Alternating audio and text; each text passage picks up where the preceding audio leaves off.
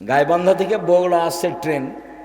তো আমি আছি সেদিন, কেন যে আসছি ট্রেনে, তা আমি বলছি এই ছেলে একটু বাদাম দাও তো আমাকে 100। তো দিচ্ছে, তো আমি বলছি দেখি তোমার দাঁড়িটা আমি ধরে দেখি, তো দেখ একটু দেখি, আমি ধরে দেখি, তো দিলাম, একটু কমে গেল। তো বলছি কম দিচ্ছ যে, সবাই খেয়ে নেই তো, দুটো একটা করে খেয়ে নেই। যে মানুষের দেখছো ওইও বিপদে, আর এই মানুষ এরাই জালেম। এ বুঝতে পারে না যে 200 টাকার ব্যবসা করে, আমি যে দুইটা নিচ্ছি, আরো যে দুজন দুটা নিল, এটাই হলো সীমা লঙ্ঘন, এটা হলো জুলুম, এটা হলো সীমা লঙ্ঘন। জুলুম করিয়েন না। যদি খুব বেশি করেন তাহলে আধ সামুদ দেখতে দেখতে নাই, আর যদি এক একটু তার চেয়ে কম হয় তাহলে 2-3 মিনিট, এই যে ফেরাউন, এই যে ডুবলো ডুবলো ডুবলো, এই নেই। আর যদি তার চেয়ে একটু কম করেন, মানে জুলুম করেন জাতির উপরে, 45 মিনিট। জুলুম করবেন না জীবনে মানুষের সাথে, সাধারণ হয়ে বাঁচেন। অত্যাচার, রাহাজানি, মারামারি, অন্যায়, অবিচার, লুটতরাজ, জেল হাজত, এগুলো থেকে বেঁচে থাকেন। মাটির মানুষ, অল্প দিন বাঁচতে এসেছেন, বাস প্রতিশোধ নেবেন না, আর মানুষের বদনাম করবেন না, যা হবে হবে। প্রতিশোধ নেবেন না, বদনাম করবেন না, যা হবে হবে। দুইটা কাজ হাতে নেবেন, প্রতিশোধ নিব না, বদনাম করব না, যা হবে হবে। পথ সহজ। শুনুন, সুন্দর করে অজু করলে, পায়ে হেঁটে মসজিদে গেলে, সলাতার পরে বসে বসে জিকির করলে, লোকটা হয়ে যায় সেই দিনের মতো যেদিন তার মাতাকে জন্ম দিয়েছে, নিষ্পাপ হয়ে যায়। সুন্দর করে অজু করে পায়ে হেঁটে মসজিদে গেলে, সলাতের পরে জিকির আজকার করলে, লোকটা হয়ে যায় সেই দিনের মতো যেদিন তার মাতাকে জন্ম দিয়েছেন, নিষ্পাপ হয়ে যায়। রাসূল সাল্লাল্লাহু আলাইহি সাল্লাম বলছেন, আমি কি তোমাদের একটা কাজের কথা বলে দিব না, যাতে পাপ মিটে যায়, মান বেড়ে যায়, পাপ মিটে যায়, মান বেড়ে যায়। বলেন না সেটা কি আল্লাহ নবী? পাপ মিটে যাবে, মান বেড়ে যাবে। তখন আল্লাহ রাসূল বলছেন, আরে সুন্দর করে অজু, পায়ে হেঁটে মসজিদ, আর সলাতের পরে বসে বসে জিকির। লোকটা যখন এরকম করলো, তার মরে যাওয়া ভালো, তার বেঁচে থাকা ভালো, তার মরে যাওয়া ভালো, তার বেঁচে থাকা ভালো। লোকটা হয়ে গেছে সেই দিনের মতো যেদিন তার মাতাকে জন্ম দিয়েছে, নিষ্পাপ হয়ে গেছে। এই কাজের আমল যত ভারী, ভালো চাল চলনের নেকি তার চেয়ে 1,00,000 গুণ বেশি ভারী। কি দিয়ে বুঝায় আপনাকে ভালো চাল চলন কি জিনিস? আমি আগে একটা দলিল পেশ করি, তারপরে এখানে আবার আসবো 2-1 মিনিটের জন্য ইনশাআল্লাহ। আবু দারদা রাদিয়াল্লাহু তাআলা আনহু বলেন, রাসূল সাল্লাল্লাহু আলাইহি ওয়াসাল্লাম বলেছেন, ইন্না আসকালা শাইইন ইদাউ ফি মিজানিল মুমিনি ইয়াউমাল কিয়ামাহ খুলুকুন হাসান। বিচারের মাঠে আদম সন্তানের নেকির পাল্লায় সবচেয়ে যেটা ভারী নেকি, সবাই তো বুঝতে পারবেন এটা ইসিম তাফজিল, মানে অধিক ভারী। সবচেয়ে যেটা ভারী নেকি চাপানো হবে, সেটা হলো সদাচরণের নেকি। এ কথা আমি বলিনি, এ কথা মুহাম্মদ সাল্লাল্লাহু আলাইহি ওয়াসাল্লাম বলেছেন। সবচেয়ে ভারী নেকি ভালো চাল চলনের নেকি। ভালো চাল চলন সবাই বুঝি। তোমরা কি দায়িত্বশীল? তোমরা যারা দাঁড়িয়ে আছো তারা দায়িত্ব পালন করলে ভালো কথা করো, আর তোমরা যারা দায়িত্ব পালন করছো তোমাদের সতর্ক করছি, রাস্তায় যেন কেউ দাঁড়িয়ে না থাকে, হয় আসতে হবে না হয় চলে যেতে হবে, হয় ভিতরে এসে বসতে হবে, না হলে চলে যেতে হবে। আমি নির্বাচনের জন্য আসিনি, আমি ঢং দেখতে আসিনি। আপনার যদি অনুকূলে হয় থাকেন, আমি আপনার জন্য এসেছি।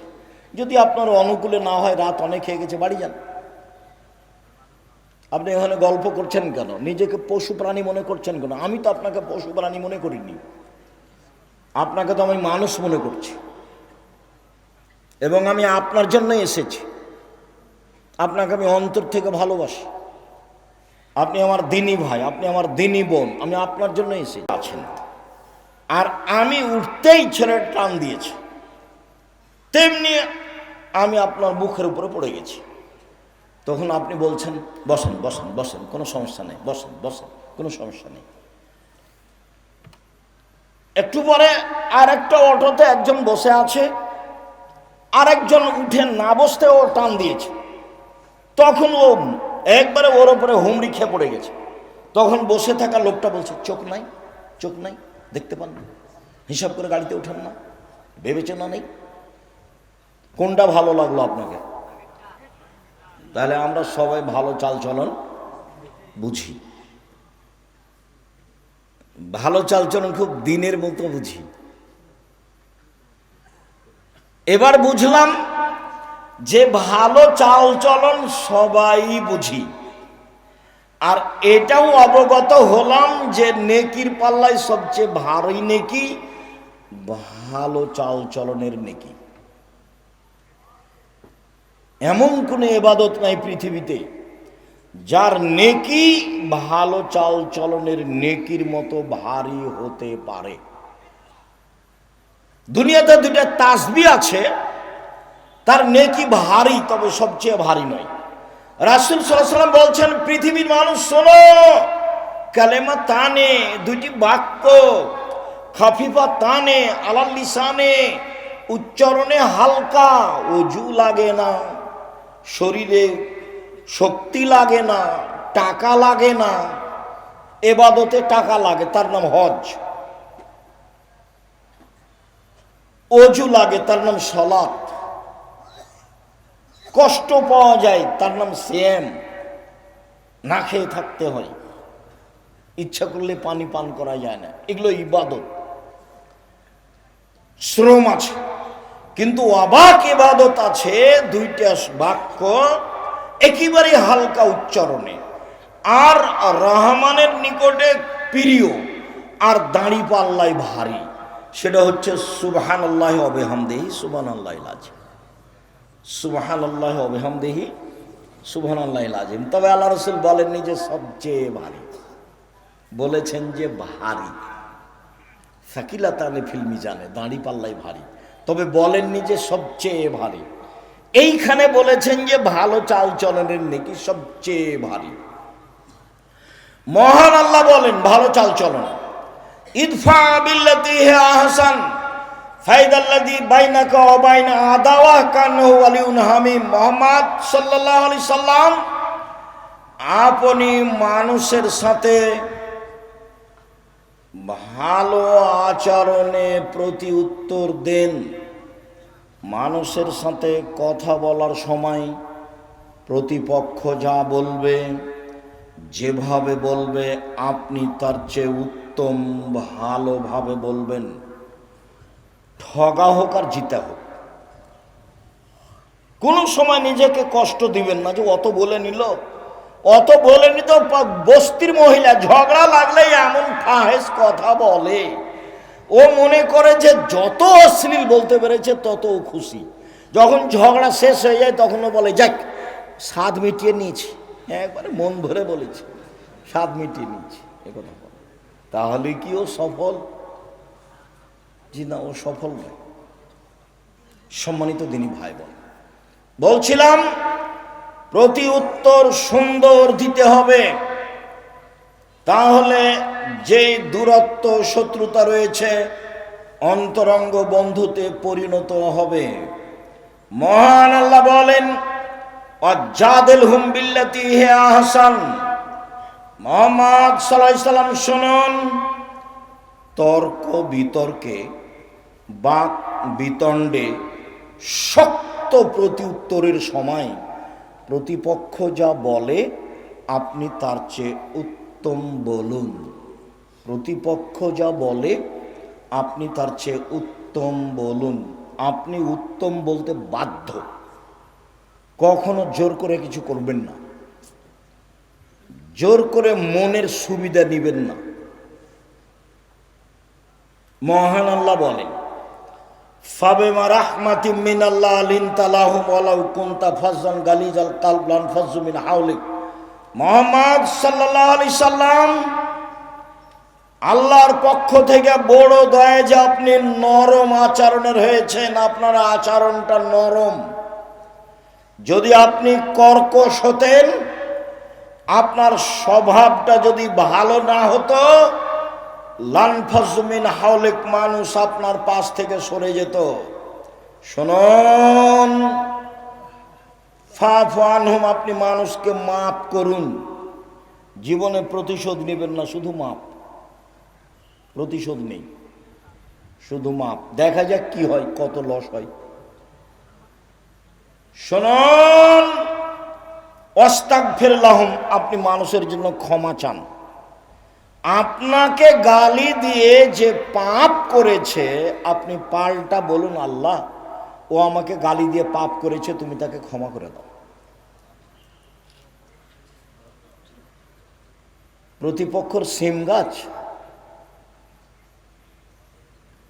আপনার সিম গাছ প্রতিবেশীর ছাগলে কেটে দিয়েছে, একবারে সিম ধরবে এই সময়,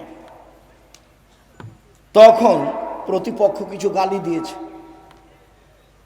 তো আপনার স্ত্রীও গালি দিয়েছে। তখন আপনি বাড়িতে আসতে আপনার স্ত্রী আপনাকে বলেছে, তখন আপনি বলেন তাকে গিয়ে যে আপনার ছাগলে আমার সিম গাছ খেয়ে নিয়েছে, এই জন্য আমার স্ত্রী আপনাকে কিছু বলেছে, তাই আমি ক্ষমা চাইতে এসেছি। পারবেন? ইনশাল্লাহ। চুপ হয়ে গেলেন যে?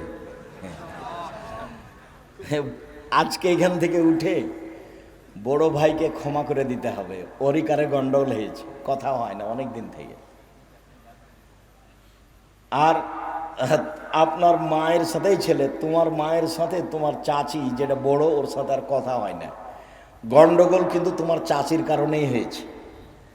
তোমার মাকেই ক্ষমা নিতে হবে, আজকেই নিতে হবে, আজকেই। এবং নির্বাচন করতে গিয়ে যত মানুষের বদনাম করেছো, 24 ঘন্টার মধ্যে ক্ষমা নিতে হবে। আর জীবনে এগুলো কাজ করিও না, এই কাজে আসিও না। উপার্জন একটা বাছাই করো, প্রয়োজনে বাদাম বিক্রি, প্রয়োজনে কলা বিক্রি, এই পথে আসিও না, এই পথ জায়েজ নয়। মহান আল্লাহ বলেন, আল্লাযীনা ইনফিকুনা ফিস সাররাই ওয়াজ যাররাই ওয়াল কাযিবিনাল গায়জ ওয়াল আফিনা আনিন নাস। পৃথিবীর মানুষ, 3 শ্রেণীর মানুষ জান্নাত পাবেই। এক, সচ্ছল অসচ্ছল অবস্থায় দান করে যে। 2, রাগকে দমন করে যে। 3, মানুষকে মাফ করে যে। এরা জান্নাতে যাবেই। রাগ দিয়ে কাজ নেবেন না। লাইসা সাদীদু বিসুরা, আছাড় দিয়ে ফেলে দিতে পারলে ক্ষমতাশীল হয় না। আল্লাযী ইয়ামলিকু নাফসাহু ইনদাল গাযাবে, শক্তিশালী সেই। রাগের সময় যে নিজেকে ধরে রাখতে পারে, সে হলো শক্তিশালী। খবরদার, ঝগড়ায় প্রতিবেশীকে গালি দিবেন না, প্রতিবেশীকে মারতে যাবেন না, ভাই ভাই ঝগড়া করবেন না। আমাদের গ্রামে একদিন দেখেছি 2 ভাই ঝগড়া করছে, দিয়ে সব জিনিসপাতি ভাগ করতে লাগলো, দিয়ে ঢেঁকিটা কেটে ভাগ করে নিল। এটা আমার চোখের সামনে, আমরা দৌড়িয়ে গেছি, খুব ঝগড়া। তারপরে বলছে একজন আর একজনকে, থাম, আমার এই ভিটে বাড়ি তোর কাছে বিক্রি করব না, এমন এক মানুষের কাছে বিক্রি করে যাব যে তোকে গুতাতে পারে। এক ভাই আর এক ভাইকে বলছে। আর আজকে আপনাকে বলছি, ভাই ভাইয়ের সাথে যে গন্ডগোল আছে আজকেই মিটাতে হবে, আগামীকাল সন্ধ্যা পার না হয় যেন, মিটাতেই হবে। এবং আপনাকে তার হাত ধরে এই সম্পর্ক গড়তে হবে।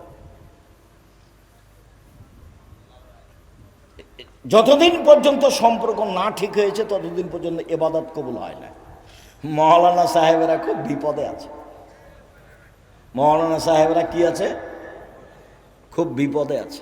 একজন বিপদে পড়লে আর একজন বলে, ঠিক হয়েছে, ঠিক হয়েছে, ঠিক হয়েছে, উচিত হয়েছে, উচিত হয়েছে। তোমাদেরও তাই অনেক আছে। ভাইজান, আপনাকে সতর্ক করছে, খুব সাবধান। 3 শ্রেণীর মানুষ জান্নাতে যাবেই। তার 3 নম্বরে যারা মাফ করতে পারে। সদাচরণ কি জিনিস? নওয়াস ইবনে সামান রাদিয়াল্লাহু তাআলা আনহু বলেন, আমি আল্লাহর নবীকে জিজ্ঞাসা করলাম, আল্লাহর নবী মাল বিররু ওয়াল ইসম, একটু বলেন তো আল্লাহর নবী, পাপ কি জিনিস, নেকি কি জিনিস? আল্লাহ রাসূল একটু বলেন তো, পাপ কি জিনিস, নেকি কি জিনিস? তখন আল্লাহ রাসূল বলছেন, আল বিররু হুসনুল খুলুক, নেকি হলো ভালো চাল চলন। বললেন না যে নেকি হলো হজ, বললেন না যে নেকি হলো কোরআন তেলাওয়াত, বললেন না যে নেকি হলো সলাত, বললেন যে নেকি হলো ভালো চাল চলন, নেকি হলো সদাচরণ, নেকি হলো ভালো আচরণ।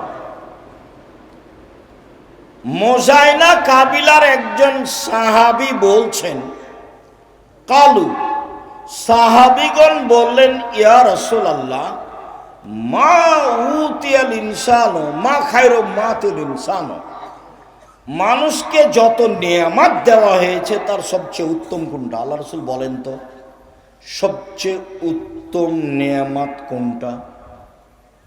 সবচেয়ে উত্তম হাত নেয়ামত। এটা কাকে জিজ্ঞাসা করলে বুঝতে পারবেন? যার এক হাত নেই তাকে। পা নিয়ামত, কাকে জিজ্ঞাসা করলে বুঝতে পারবেন? যার এক পা নেই তাকে। যার দুই পা নেই আরো বুঝেও, পা কত বড় নিয়ামত। তা আল্লাহ মানুষকে অনেক নিয়ামত দিয়েছেন, জমি জায়গা, বাড়ি ঘর, স্ত্রী, আহাল পরিবার, টাকা পয়সা, হাত পা চোখ, এগুলো সব নিয়ামত। বলেন তো আল্লাহ রাসূল সবচেয়ে উত্তম কোনটা? তখন আল্লাহ রাসূল সাল্লাল্লাহু আলাইহি ওয়াসাল্লাম উত্তরে বলছেন, আল খুলুকুল হাসান, ভালো আচরণ। আল খুলুকুল হাসান, ভালো আচরণ। এই ছেলে, যে প্রতি বছর হজ করতে যায় সে নয়। আব্দুল্লাহ ইবনে আমর রাদিয়াল্লাহু তাআলা আনহু বলেন, রাসূল সাল্লাল্লাহু আলাইহি সাল্লাম বললেন, ইন্না মিন খিয়ারিকুম আহসানুকুম আখলাকান, তোমাদের মধ্যে সবচেয়ে ভালো মানুষ যার চাল চলন ভালো।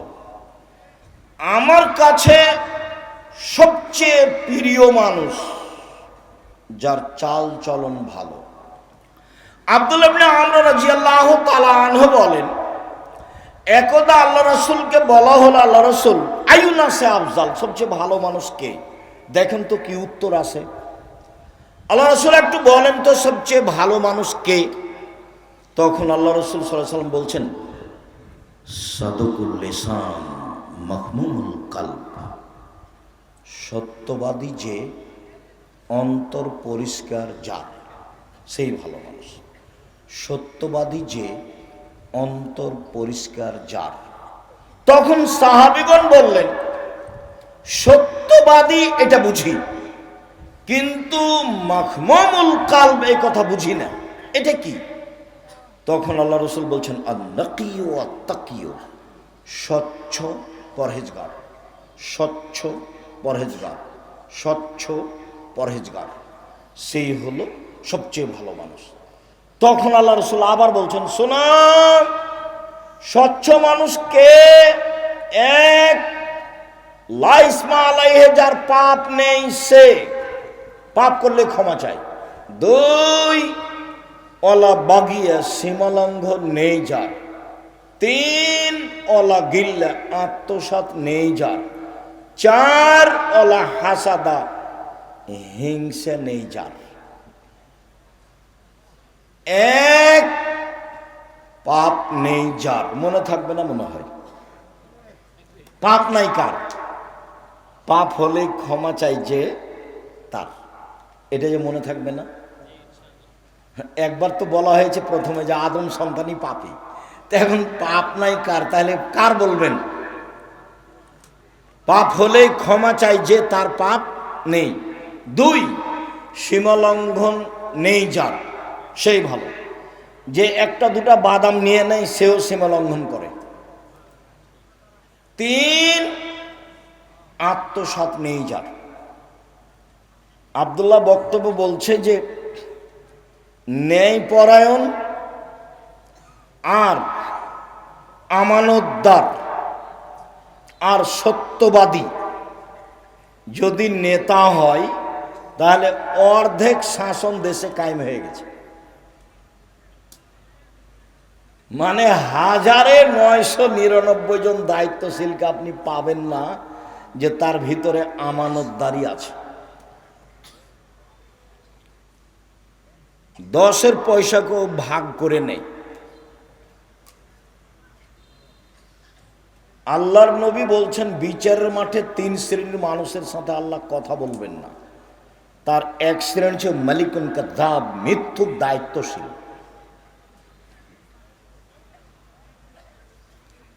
হিংসা নেই যার, সেই হচ্ছে স্বচ্ছ।